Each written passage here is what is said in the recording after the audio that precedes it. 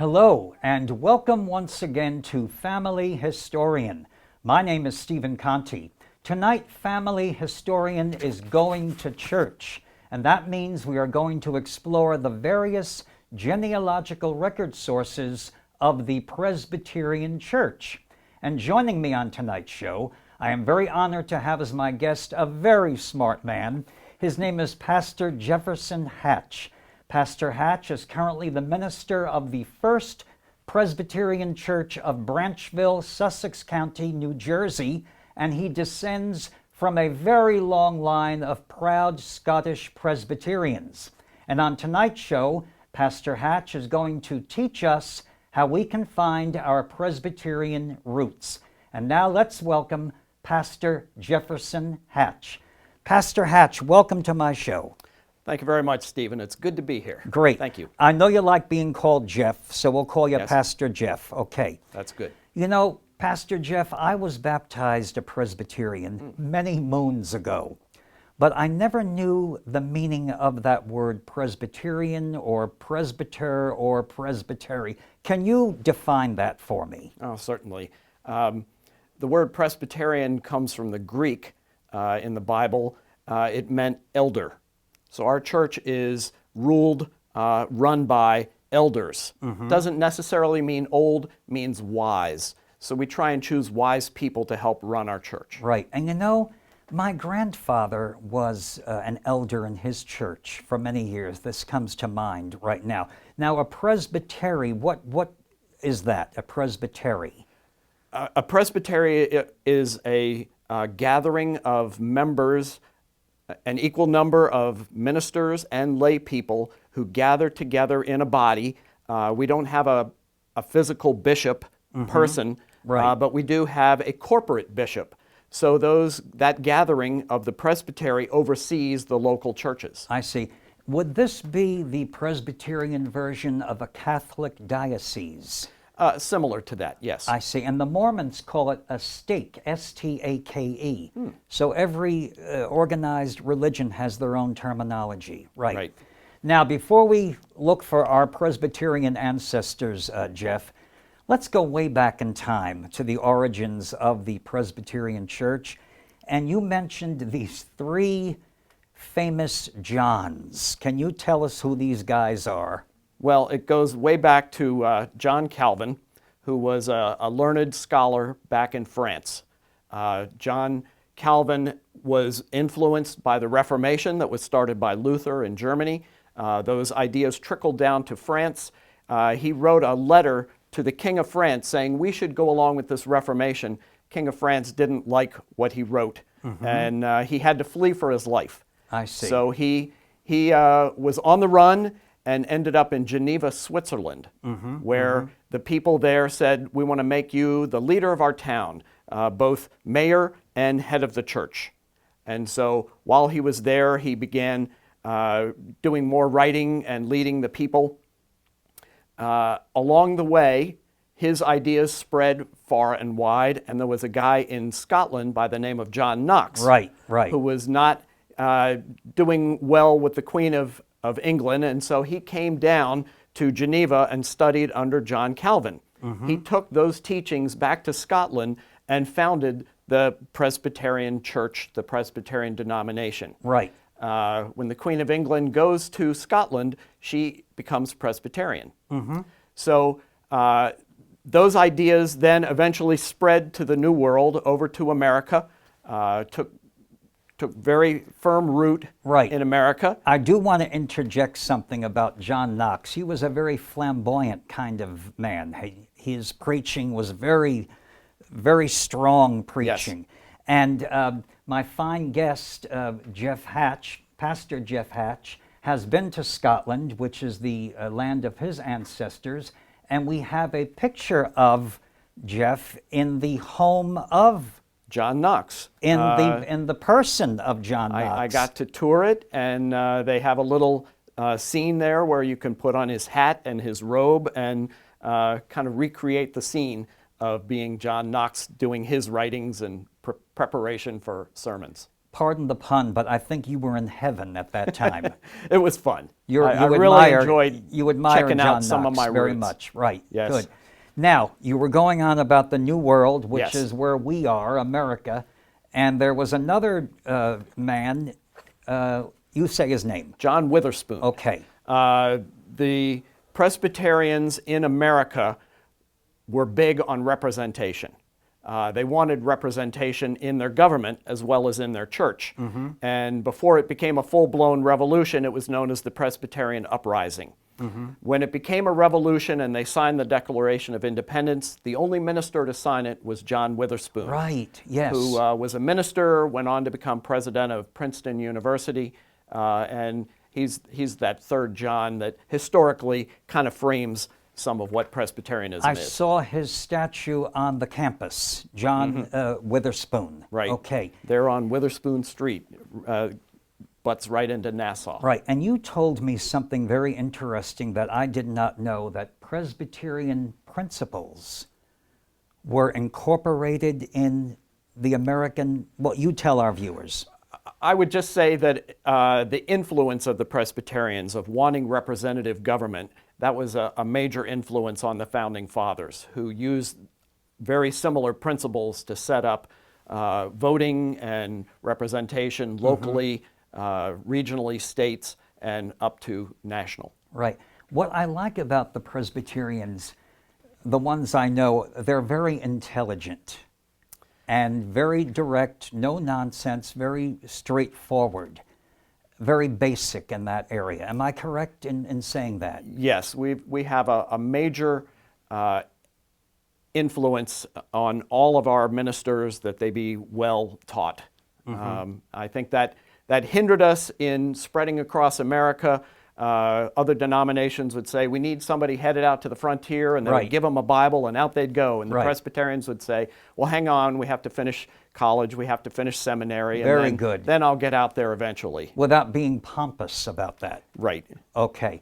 Hopefully. Now, I'm sorry? Hopefully. Yes, yes. Now, well, thanks for that history of the Presbyterian Church in about 3 minutes. Now, let's get to the how-to of finding your Presbyterian roots. And I know the Presbyterian churches, for the most part, kept very concise records. Here we go with the intelligence and the directness. And you did bring some examples of your beautiful church in Branchville, Sussex County, New Jersey. When was your congregation founded? We began in 1820. It was in the town of Frankfort, and then in 1856 they relocated to Branchville. It was determined that the godless town of Branchville needed more of a Christian influence. So they built their church in 1856, our church. So the building that we're looking at is 1856. Okay. Right. Now tell me, is this unique? Because I have done Presbyterian research, being a Presbyterian myself. There is an individual in your church.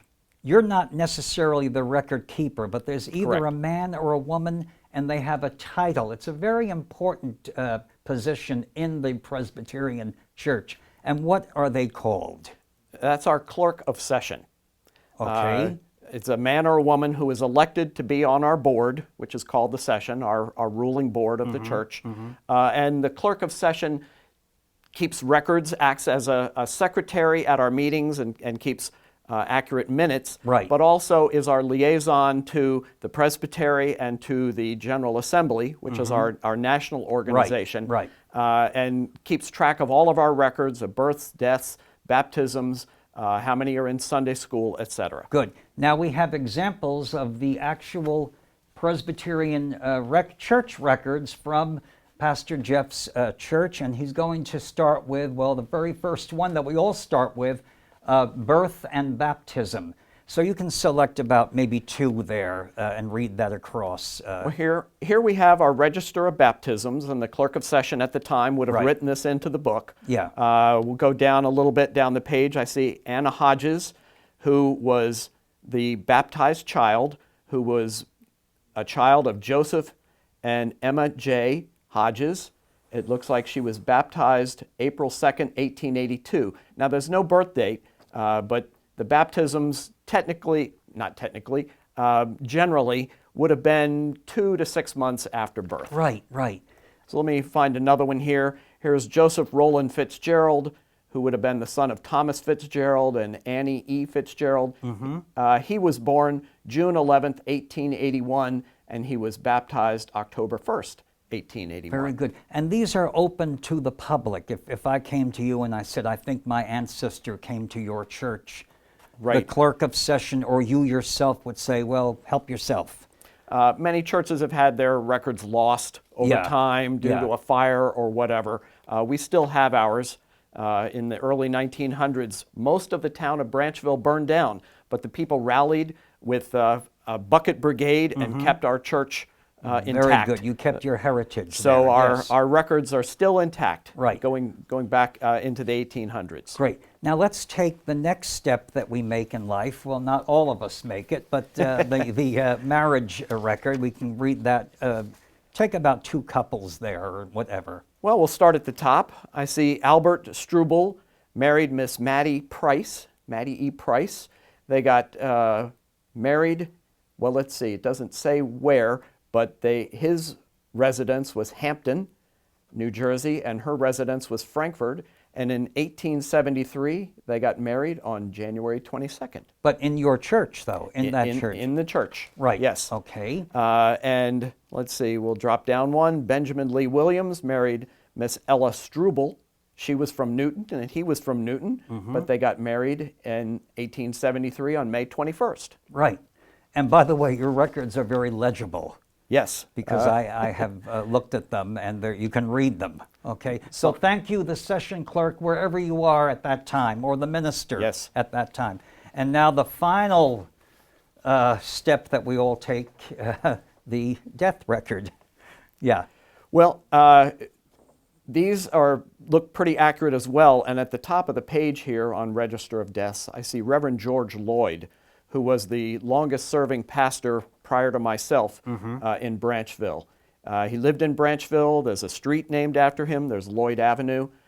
His date of death was September 28th, 1906, and he's buried in Branchville. So, Right. Wasn't there a story about him or somebody else in the town? He was an abolitionist, and the town apparently was a Southern sympathizing town. Really? And during one of his sermons, somebody came in and pointed a gun at him. This is during the Civil War, and one of the ushers grabbed his arm and pushed it up in the church. The gun went off up into either the ceiling or the top of the wall above his head, and shortly thereafter he left the church. So they were Southern sympathizers in northern New Jersey, in Sussex County. When the South would win a battle, townspeople would march up and down in front of George Lloyd's house in celebration. Isn't that something? So, but he came back and served for another 16 years after that. So the church obviously welcomed him back, as did the town. And he was an abolitionist. Yes. He was a good guy. That's right. Okay. That's right. Great. Now, Pastor Jeff, since we have done the research in the church, go right to the church if you know the identity of your ancestors' Presbyterian Church. But there is another wonderful source, and you worked here. You did some research here. It's in Philadelphia. Tell our viewers what that source is for the Presbyterian genealogist. There is the Presbyterian Historical Society. When I was in college, I did a semester in Philadelphia at the Old Pine Street Presbyterian, which is right behind the Historical Society. So when I wrote my first sermon, I went to the Historical Society and did my research there. It's a library as well as keeping historical records. If a church is worried about keeping their records, or if they should ever possibly get lost in a fire, they can send them to the Historical Society, who will keep them in environmentally controlled conditions so that they won't deteriorate. Very good. Now, it's optional. Like, will they solicit you? Will I have never been solicited to send our records. That's why we still have ours, but a number of churches have sent them there. And then you can send a request. Can you look up somebody by their name? And they will go back. The staff there will go and look it up in their records that they have from that church. Right. And we do have an email for them. It's the reference desk email. I have spoken to them on the phone, and they're very accommodating. You know, their hours are great for the researcher. It is an archive for the Presbyterian Church. I think all of the denominations have their own archive. Okay. I think the Baptists have one in Atlanta, Georgia. Oh, There's okay. one there. The Lutherans also have one in Philadelphia. Okay. Now, what I like about the Presbyterians, as I said, no nonsense. You have the archive, but then you also have pcusa.org. And what does that stand for? And how can that help the researcher? That stands for Presbyterian Church USA, pcusa.org organization. You can go there. That's our denominational website. And on the very first page, there's a place where it says, find a local church. You can put in the name of your town. You can put in your zip code. Click on that, and you can say within 5 miles, 25 miles, 50 miles, and it will show you a map of all the Presbyterian churches in your area. So if you know that an ancestor lived in a particular town, you can click on that, find all the different names of the towns in that area, and be able to contact them directly. Wonderful, wonderful. And then, of course, we have the Mormons, who have been microfilming records for many years, and they've done many of the Presbyterian churches. I have used that resource as well. So it's out there. And so if you're looking for your Presbyterian roots, you're in the right denomination. Okay, very good. Now, well, here's a source that I know that you know a lot about. Family Bibles. And Pastor Jeff has told me that there is a family Bible on the Morrison family, which is your mother's maiden name. Is that correct? Correct. But it's not in your possession. It's in the possession of a relative. My mom, who's passed away, her older brother, who is now 97, living in Florida. According to this record that my aunt wrote, it's in her brother's possession. Okay, but they were very nice to photocopy some pages of the family Bible. How far back does the family Bible go in the Morrison family? Well, this is actually a typewritten account out of, it says, at least 3 of the Bibles in which has been recorded the family history. So he has one of them from my great-great-grandfather, right, and on back. But this compendium that was typed up includes information from 3 family Bibles. And he has them all? I know he has one. I don't know if he has them all. All right. I haven't been able to track that down. I'm just now getting into the Morrison side of my, of my genealogy. But it goes back to Thomas Morrison, born June 4th, 1792. Okay. And I know there's some other information from other sources that go back even further. Right. I did mention in my intro that Pastor Jefferson Hatch descends from a very long line of proud Scottish Presbyterians. And we're going to investigate that right now. The first one was I believe, your third great-grandfather. Is that correct? It's either third or fourth. He was the... Well, great I think he was your grandfather. We figured this out in our first meeting, and his name was... Robert Morrison. All right, and he was born in Scotland in what year? He comes from, it says, from a Scottish family born in County Derry, Ireland in 1747. Right. So I think he was born in Ireland, but his family came from Scotland. Right. As I understand it, the family had to flee Scotland. They had a feud going with the MacLeods. The MacLeods were winning and apparently beheading Morrisons, and so they fled to Ireland, from which they then came to America. So this is like the Hatfields and the McCoys. Yes. And what was that story you told me in seminary? You had... my preaching professor was Dr. MacLeod. Oh, no. And I never let him know that I was of Morrison descent, because I didn't want any of those old feelings stirring up in him to behead Really? somebody. Do you think he knew this information as well? I don't know. It probably meant more to the Morrisons than it did to the McLeods. They won and took over that part of the Outer Hebrides. Right. But, now that immigrant, we'll talk more about him before we get to his grandson, who was another character. Yes. Who was your great-grandpa. Yes. But the one that you know about, in what year did he set foot on American soil? I believe it was in the 1760s that he came here. Right. 1765, I right. believe. Yes, I have it in my notes. I should know that. Okay, yes. good. Okay. He fought in the American Revolution, was one of the fighting Blue Hens from Delaware, where he first landed. Washington asked him to take a parcel of land out in western Pennsylvania. He went out and looked at it and said, it's not great land. Right. He settled in another area south of Pittsburgh, and then eventually moved to Ohio, where he began farming. So your American roots are in Pennsylvania, or you mentioned something about Virginia to me?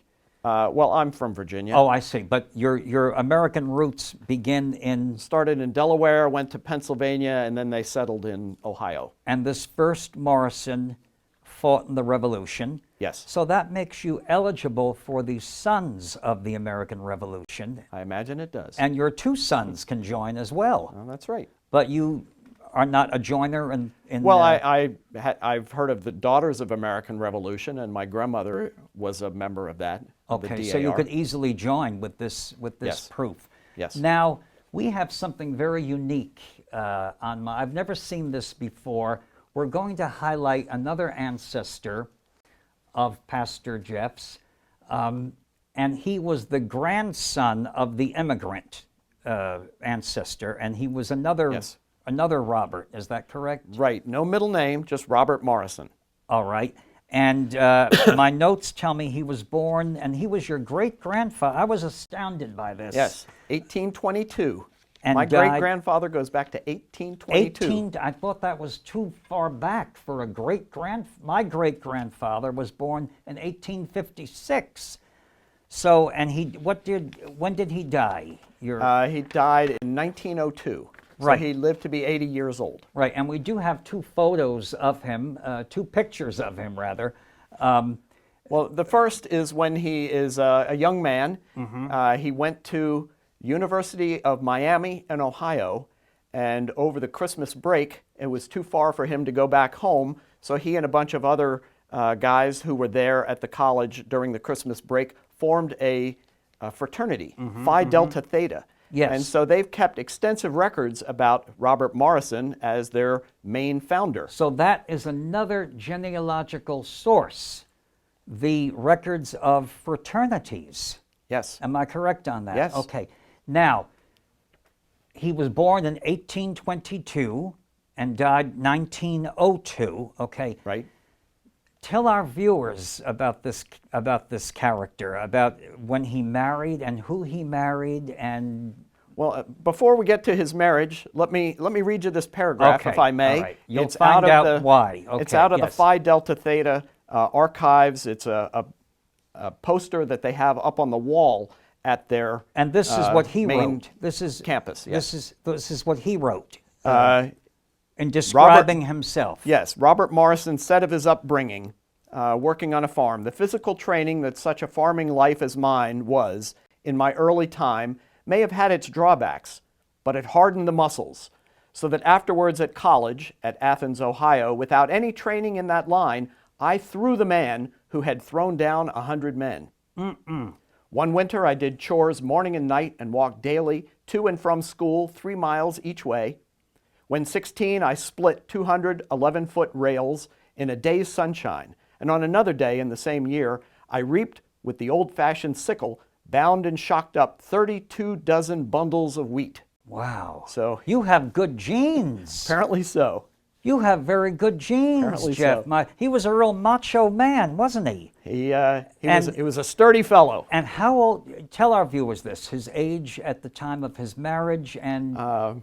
Well, he taught school. He did preaching on the side, and at age 50, he married Flora Baumberger, who was 19. He was 50, and he married a 19-year-old girl. Married a 19-year-old. Her family, the records show, were very happy with the marriage because he was an established person. Yes, and he was a strong man, too. And Yes. he fathered, you must tell our viewers that.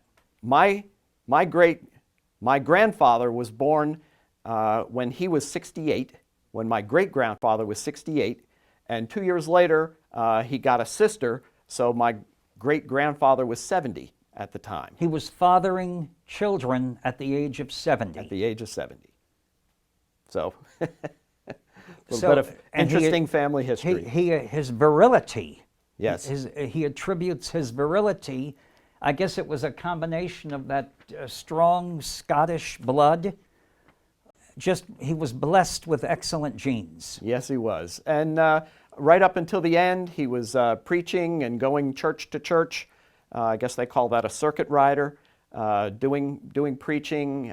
He founded a girls' school in Ohio for a while and was principal, so a very learned, erudite, sturdy fellow. Where is he buried? I believe he's buried in Ohio, Okay. but I haven't tracked that down. You'll be able to find that, I'm sure. I think so. Great. Well, you know, this has been a wonderful interview with Pastor Jefferson Hatch, who is the current minister at a beautiful country church up in Branchville, New Jersey, the First Presbyterian Church of Branchville. Did Yes. I say that correctly? Yes, you did. Thank you. Okay. And I do want to thank you for coming on Family Historian. I think you've inspired a lot of people out there I hope so. to trace their Presbyterian roots. And I would love to have you come back on the show again sometime and talk about your Scottish ancestors. That would be great. And thank you. We have to do this nowadays. Okay. Okay. And on that note, as I have been saying for the past 32 years, remember, we are all descendants of ancient civilizations. Genealogy is your key to the history of your family. And so until next time, this is Stephen Conti wishing you the very best of luck in your research, and above all, happy ancestor hunting. Good night.